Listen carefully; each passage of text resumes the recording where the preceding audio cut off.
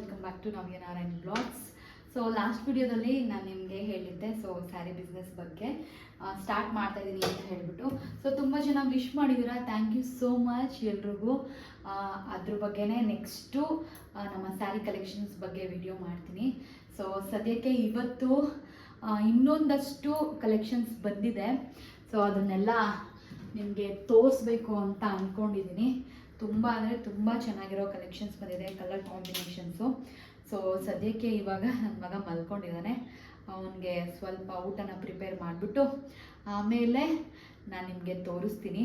So ಇವಾಗ ಗೆಣಸು ಬೇಯಿಸ್ಬಿಟ್ಟು ತಿನ್ಸೋಣ ಅಂತ ಅಂದ್ಕೊಂಡಿದ್ದೀನಿ. ಅವನಿಗೆ ಹೆಲ್ತ್ ಬೇರೆ ಸ್ವಲ್ಪ ಅಪ್ಸೆಟ್ ಆಗಿದೆ. ಚಂದುಗೂ ಗೆಣಸು ಅಂದರೆ ಸಿಕ್ಕಾಪಟ್ಟೆ ಇಷ್ಟ. ಸೊ ಹಾಗಾಗಿ ಇಬ್ರಿಗೂ ಸೇರಿಸಿ ಮಾಡಿಬಿಡೋಣ ಅಂತೇಳಿ ಮಾಡ್ತಾ ಇದ್ದೀನಿ. ಸೊ ಆ್ಯಕ್ಚುಲಿ ಕೆಲವೊಬ್ಬರು ಅಂದರೆ ಕಮೆಂಟ್ ನೋಡಿದೆ, ಬಡವರು ತೊಗೊಳ್ಳೋ ಥರ ಇರಲಿ, ಚೆನ್ನಾಗಿರಲಿ ಅಂತ ಹಾಕಿದ್ರು. ಖಂಡಿತವಾಗ್ಲೂ ಪ್ರೈಸ್ ಬಗ್ಗೆ ನೀವು ತಲೆನೇ ಕೆಡಿಸ್ಕೊಳ್ಳೋ ಹಾಗಿಲ್ಲ. ಎಲ್ಲರೂ ತೊಗೋಬೋದು, ಬಡವರಾಗಿರ್ಬೋದು, ಶ್ರೀಮಂತರಾಗಿರ್ಬೋದು, ಮತ್ತು ಮಿಡಿಲ್ ಕ್ಲಾಸ್ ನಮ್ಮಂಥವ್ರು ಎಲ್ಲರೂ ತೊಗೊಳ್ಳೋಂಥ ಪ್ರೈಸೇ ಇರುತ್ತೆ. ತುಂಬ ರೀಸನಬಲ್ ಆಗಿರುತ್ತೆ. ನಾನು ಖಂಡಿತವಾಗ್ಲೂ ನಿಮ್ಗೆ ಇಷ್ಟ ಆಗೋ ಥರನೇ ತಗೊಂಡು ಬಂದಿದ್ದೀನಿ. ಸೊ ನಿಮ್ಗೆಲ್ರಿಗೂ ತೋರಿಸ್ತೀನಿ ಅದನ್ನು. ಸೊ ಪಾಪು ಮಲ್ಕೊಂಡಿದ್ದಾನೆ, ಅವ್ನು ಮಲ್ಕೊಂಡು ಎದ್ದೇಳೋ ಅಷ್ಟರೊಳಗಡೆ ನಾನು ಈ ಕೆಲಸ ಎಲ್ಲ ಮುಗಿಸಿ ಆಮೇಲೆ ನಿಮ್ಮನ್ನು ಕರ್ಕೊಂಡು ಹೋಗ್ತೀನಿ ತೋರಿಸೋದಕ್ಕೆ. ಸೊ ಬೇಗ ಬೇಗ ಮಾಡ್ಕೊಂಡ್ಬಿಡ್ತೀನಿ. ಅವ್ನು ಮಲಗಿರ್ಬೇಕಾದ್ರೇ ಎಲ್ಲ ಕೆಲಸ ಮಾಡ್ಕೊಬೇಕು, ಇಲ್ಲ ಅಂತ ಹೇಳಿದ್ರೆ ಅವನು ಬಿಡೋದೇ ಇಲ್ಲ. ಏನು ಕೆಲಸ ಮಾಡೋದಕ್ಕೂ ಆಗಲ್ಲ, ಎತ್ಕೊಂಡೇ ಇರಬೇಕು. ಬಂದೆ ಬಂದೆ ಬಂದೆ ಬಂದೆ ಬಂದೆ ಬಂದೆ ಬಂದೆ ಬಂದೆ ಇಲ್ಲಿ ಅಮ್ಮ, ಅಲ್ಲ ಇಲ್ಲ ಐತೆ, ಮಲ್ಕು ತಾಚಿ ಹಾಗೆ ಮಧ್ಯ ಎದ್ದೇಳ್ತಾನೆ ಇರ್ತಾನೆ, ಏನು ಮಾಡೋದಕ್ಕೂ ಆಗಲ್ಲ. ಸೊ ಅವನ್ನ ಬಂದು ತೂಗ್ತಾ ಇರಬೇಕು, ಅಲ್ಲೋ ಕೆಲಸ ಮಾಡ್ತಾ ಇರಬೇಕು. ಸೊ ಅದಕ್ಕೆ ಸ್ವಲ್ಪ ವೀಡಿಯೋ ಮಾಡೋದಕ್ಕೆ ಕಷ್ಟ ಆಗ್ತಾ ಇರುತ್ತೆ ನನಗೆ. ಅಂದರೆ ಕಂಟಿನ್ಯೂಸ್ ಆಗಿ ಮಾಡೋದಕ್ಕೆ ಆಗ್ತಾಯಿರಲ್ಲ. ಯಾವಾಗ ಟೈಮ್ ಸಿಗುತ್ತೋ ಆವಾಗ ಮಾಡ್ತಿರ್ತೀನಿ.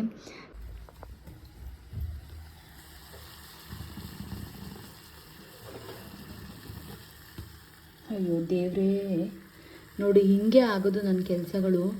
ಅಲ್ಲಿ ಪಾಪುನ ಮಲಗ್ಸೋದಕ್ಕೆ ಅಂತ ಹೇಳಿಬಿಟ್ಟು ಹೋಗಿದ್ದೆ, ಇದನ್ನ ಇಲ್ಲಿಟ್ಟು ಹೆಂಗಾಗ್ಬಿಟ್ಟಿದೆ. ಅಯ್ಯೋ ಯಪ್ಪ, ಈಗ ಆಲ್ರೆಡಿ ಅವನಲ್ಲಿ ಹಾಂ ಅಂತ ಇದ್ದಾನೆ. ಕೇಳಿಸ್ಕೊಳ್ಳಿ ಹಂಗೆ.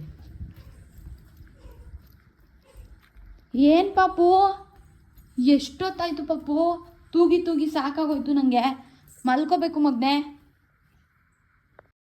ಹಾಯ್, ಎಲ್ಲರಿಗೂ ನಮಸ್ಕಾರ. Welcome back to Navya Narayan blog. ಎಲ್ಲರೂ ಹೇಗಿದ್ದೀರಿ? ನಾವಂತೂ ಪರವಾಗಿಲ್ಲ ಅಷ್ಟೇ. ಸೊ ಆ್ಯಕ್ಚುಲಿ ಏನಪ್ಪ ಇದು, ಸಡನ್ನಾಗಿ ಈಗ ತಾನೇ ವೆಲ್ಕಮ್ ಮಾಡಿ ಮನೇಲಿದ್ದಿದ್ದು ನೋಡಿದೆ. ಮತ್ತೆ ಸಡನ್ನಾಗಿ ಇವಾಗ ಎಲ್ಲೋ ಹಾಸ್ಪಿಟಲಲ್ಲಿ ಇದ್ದಾಳೆ, ಪಾಪು ಮಲ್ಕೊಂಡಿದೆ, ಏನಿದು ಅಂತ ನೋಡ್ತಾ ಇದ್ದೀರಾ. ಆ್ಯಕ್ಚುಲಿ ನಾನು ವ್ಲಾಗ್ನ ಸ್ಟಾರ್ಟ್ ಮಾಡಿದ್ದು ನಿನ್ನೆ. ಟೈಮ್ ಇತ್ತು ಅಂತ ಹೇಳ್ಬಿಟ್ಟು ಸ್ಟಾರ್ಟ್ ಮಾಡಿದೆ. ಸಡನ್ನಾಗಿ ವ್ಲಾಗ್ ಮಾಡ್ತಾ ಇದ್ದಂಗೆ ಸೊ ಹಾಸ್ಪಿಟಲಲ್ಲಿ ನಾವು ನಮ್ಮ ಪಾಪುಗೆ ಬ್ಲಡ್ ಚೆಕಪ್ ಮಾಡಿಸಿದ್ವಿ. ಸೊ ಸಡನ್ನಾಗಿ ಅಡ್ಮಿಟ್ ಆಗಬೇಕು ಅಂತ ಅಂದರು ಅಂಥೇಳಿ ಸೊ ಅವತ್ತೇ ನೆನ್ನೆನೇ ಹೊರಟು ಮತ್ತೆ ಹಾಸ್ಪಿಟಲ್ಗೆ ಬಂದ್ವಿ. ಹಾಸ್ಪಿಟಲಲ್ಲಿ ಅಡ್ಮಿಟ್ ಆಗಿದ್ದೀವಿ ಇವಾಗ. ಯಪ್ಪ, ಅಡ್ಮಿಟ್ ಅಂತ ಹೇಳಿದ ತಕ್ಷಣ ನನಗಂತೂ ಸಿಕ್ಕಾಪಟ್ಟೆ ಭಯ ಆಗೋಯ್ತು. ಏನಿದು ಅಡ್ಮಿಟ್ ಅಂತ ಹೇಳ್ತಿದ್ರಲ್ಲ, ಯಾಕೆ, ಏನಾಗಿರ್ಬೋದು, ಏನಾಯಿತು ಅಂತ ಹೇಳಿ. ಸೊ ಅಂಥದ್ದೇನೂ ಇಲ್ಲ, ತುಂಬ ಭಯ ಪಡೋ ಅಂಥದ್ದೇನಿಲ್ಲ. 3 days ಆ್ಯಂಟಿಬಯೋಟಿಕ್ ಕೊಡಬೇಕು ಪಾಪುಗೆ. ಸೊ ಅದಕ್ಕೋಸ್ಕರ ಅಡ್ಮಿಟ್ ಆಗಬೇಕು ಅಂತ ಹೇಳಿದ್ರು. ಸೊ ಆವಾಗ ಸ್ವಲ್ಪ ಸಮಾಧಾನ ಆಯಿತು ಎಲ್ರಿಗೂ. ಮಕ್ಕಳಿಗೆ ಮನೆಗೆ ಬಂದು ಇಂಜೆಕ್ಷನ್ ಕೊಡೋದಕ್ಕಾಗಲ್ಲ. ಯಾಕೆ ಅಂತ ಹೇಳಿದ್ರೆ ಆ ಕ್ಯಾನ್ವಲನ್ನು ಮನೆಗೆ ಬಿಟ್ಟು ಕಳಿಸಿದ್ರೆ ಚಿಕ್ಕ ಮಕ್ಕಳಾಗಿರೋದ್ರಿಂದ ಹೆಂಗಾಗುತ್ತೋ ಏನಾಗುತ್ತೋ, ಅಕಸ್ಮಾತು ಏನಾದರೂ ಹೆಚ್ಚು ಕಮ್ಮಿ ಆಗಿಬಿಟ್ರೆ ಏನೂ ಮಾಡೋದಕ್ಕಾಗಲ್ಲ. ಅಲ್ಲೇ ಆದರೆ ನರ್ಸ್ ಇರ್ತಾರೆ, 24 hours ಡಾಕ್ಟರ್ಸ್ ಇರ್ತಾರೆ. ಸೊ ಹಾಗಾಗಿ ಅವ್ರನ್ನ ಅಡ್ಮಿಟ್ ಮಾಡ್ಕೊಳ್ಳೇಬೇಕು ಅಂತ ಹೇಳಿದ್ರಿಂದ 3 days ಅಡ್ಮಿಟ್ ಆಗಬೇಕಾಗಿ ಬಂತು. ದೊಡ್ಡವರಾದರೆ ಅದನ್ನು ಕ್ಯಾನ್ವಲ ಇರುತ್ತಲ್ಲ ಕೈಯಲ್ಲೇ, ಅದನ್ನು ಬಿಟ್ಟು ಕಳಿಸ್ತಾರೆ. ಬೆಳಿಗ್ಗೆ ಸಾಯಂಕಾಲ ಹೋಗಿ ನಾವು ಇಂಜೆಕ್ಷನ್ ಹಾಕ್ಸ್ಕೊಂಬರ್ಬೋದು. ಚಿಕ್ಕ ಮಕ್ಕಳು ಆಗಿರೋದ್ರಿಂದ ನಾವು ಮನೆಯಲ್ಲಿ ಕೆಲಸ ಅಂತ ಅಂದ್ಕೊಂಡು ಆ ಕಡೆ ಕಾನ್ಸಂಟ್ರೇಟ್ ಮಾಡಿಬಿಟ್ಟು ಇಲ್ಲ ಅವರು ಅದನ್ನು ಕೈಯಿಂದ ಕಿತ್ಕೊಂಡು ಅದೆಲ್ಲ ದೊಡ್ಡ ಕತೆ ಆಗೋದು ಬೇಡ ಅಂಥೇಳಿ ನಾವು 3 ಡೇಸು ಅಡ್ಮಿಟ್ ಆಗಿದ್ವಿ, ಅಲ್ಲೇ ಇದ್ವಿ. ಅವ್ನು ಫಸ್ಟ್ ಡೇ ನೋಡಬೇಕಾಗಿತ್ತು ಅವನ್ನ ಯಾವ ಥರ ಇತ್ತು ಮುಖ ಅಂತ ಹೇಳಿದ್ರೆ ಫುಲ್ಲು ಸೊರ್ಗೋಗಿದ್ದ. ಜಸ್ಟ್ ಫೀವರ್ ಬಂದಿದ್ದಷ್ಟೇ, ಅದು ವೈರಲ್ ಫೀವರ್ ಆದರೆ 3 ಡೇಸ್ ಹೋಗ್ಬಿಡುತ್ತೆ ಅಂಥೇಳಿ ವೆಯ್ಟ್ ಮಾಡಿದ್ವಿ. ಬಟ್ ಅದಕ್ಕೆ ಹೋಗಲಿಲ್ಲ. ಸೊ ಹಾಗಾಗಿ ಆ್ಯಂಟಿಬಯೋಟಿಕ್ ಹಾಕ್ಸ್ಲೇಬೇಕಾಗಿತ್ತು. ಅಲ್ಲಿ ನೋಡಿ ನಾವು ಹೆಂಗೆ ಮಾಡ್ಕೋತೇನೆ ಅಂತ, ಜಸ್ಟು ಕೈನ ಫುಲ್ಲು ಹಿಂಗೆ ಆಟ ಆಡಿಸೋದು, ಹಿಂಗೆಲ್ಲ ಹೊಡ್ಕೊಳ್ಳೋದು ಹಂಗೆಲ್ಲ ಮಾಡ್ತಿದ್ದ. ಕಣ್ಣಲ್ಲಿ ಕಣ್ಣಿಟ್ಟು ನೋಡ್ಕೋಬೇಕಾಗಿತ್ತು ಅದು ಒಂದನ್ನು ಮಾತ್ರ. ಅದೇನಾದರೂ ಕಟ್ಟಾಗಿಬಿಟ್ರೆ ಅಷ್ಟೇ ಯಪ್ಪ ಭಯ ಆಗುತ್ತಲ್ವ. ಸೊ ಹಾಗಾಗಿ ನಾನಂತೂ ಅವ್ನು ನೋಡ್ಕೊಳ್ಳೋದೇ ಕೆಲಸ ಆಗ್ಬಿಟ್ಟಿತ್ತು 3 ಡೇಸು. ಎಲ್ಲೋ ಏನು ಅಡ್ಮಿಟ್ ಆಗಿದ್ದರಿಂದ ಏನೂ ಕೆಲಸ ಇರಲಿಲ್ವಲ್ಲ. ಸೊ ಹಾಗಾಗಿ ಅವನ್ನೇ ನೋಡ್ಕೊಂಡು ಕೂತಿದ್ವಿ. ಸೊ ತುಂಬ ಕಷ್ಟ ಆಗ್ತಿತ್ತು, ಅಂದರೆ ಅವನ ಕೈಯಲ್ಲಿ ಅದನ್ನು ನೋಡೋದಕ್ಕೆ. ಬಟ್ ಏನು ಮಾಡೋದಕ್ಕಾಗಲ್ಲ ಅಂಥೇಳಿ ಫಸ್ಟ್ ಟೈಮ್ ನಾವು ಪಾಪುನ ಈ ಥರ ಅಡ್ಮಿಟ್ ಮಾಡಿ ಆ್ಯಂಟಿಬಯೋಟಿಕ್ ಎಲ್ಲ ಕೊಡಿಸಿದ್ದು. ತುಂಬ ಬೇಜಾರಾಗ್ತಿತ್ತು. ಚಂದು ಅಂತೂ ಸಿಕ್ಕಾಪಟ್ಟೆ ಬೇಜಾರು ಮಾಡ್ಕೊಂಡಿದ್ರು. ಏನಪ್ಪ ಇದು ಈ ಥರ ಕೈಲಿ ಹಿಂಗೆ ಹಾಕ್ಕೊಳ್ಳೋ ಥರ ಆಗೋಯ್ತಲ್ಲ ಅಂತ ಹೇಳ್ಬಿಟ್ಟು. ತುಂಬ ಸಣ್ಣನೂ ಆಗೋದಾ, ಅಂದರೆ 3-4-5 ಡೇಸ್ ಅವ್ನು ಸರಿಯಾಗಿ ಊಟನೇ ತಿಂತಿರಲಿಲ್ಲ. ಸ್ವಲ್ಪ ಹಿಂಸೆ ಮಾಡಿ ತಿನ್ನಿಸ್ಬೇಕಾಗೋದು ಹಾಗಾಗಿ. ಸೊ ಫೀವರ್ ಚೆಕ್ ಮಾಡ್ಕೋತಾನೆ ಇರಬೇಕಿತ್ತು. ಫೀವರು ಅವನಿಗೆ 303ವರೆಗೂ ಹೋಗ್ಬಿಟ್ಟಿತ್ತು.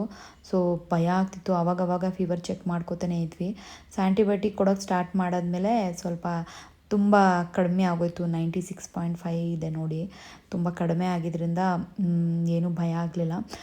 ಬಿಟ್ಟು ಫೀವರ್ ಬರಬಾರ್ದು ಅಂತ ಹೇಳ್ತಾರಲ್ಲ, ಸೊ ಹಂಗಾಗಿ ಅವ್ನಿಗೆ ಹಂಗೆ ಬಿಟ್ಟು ಬೇರೆ ಬರ್ತಾಯಿತ್ತು. ಸೊ ಭಯ ಆಗ್ತಿತ್ತು ಏನಪ್ಪ ಏನು ಅಂತ.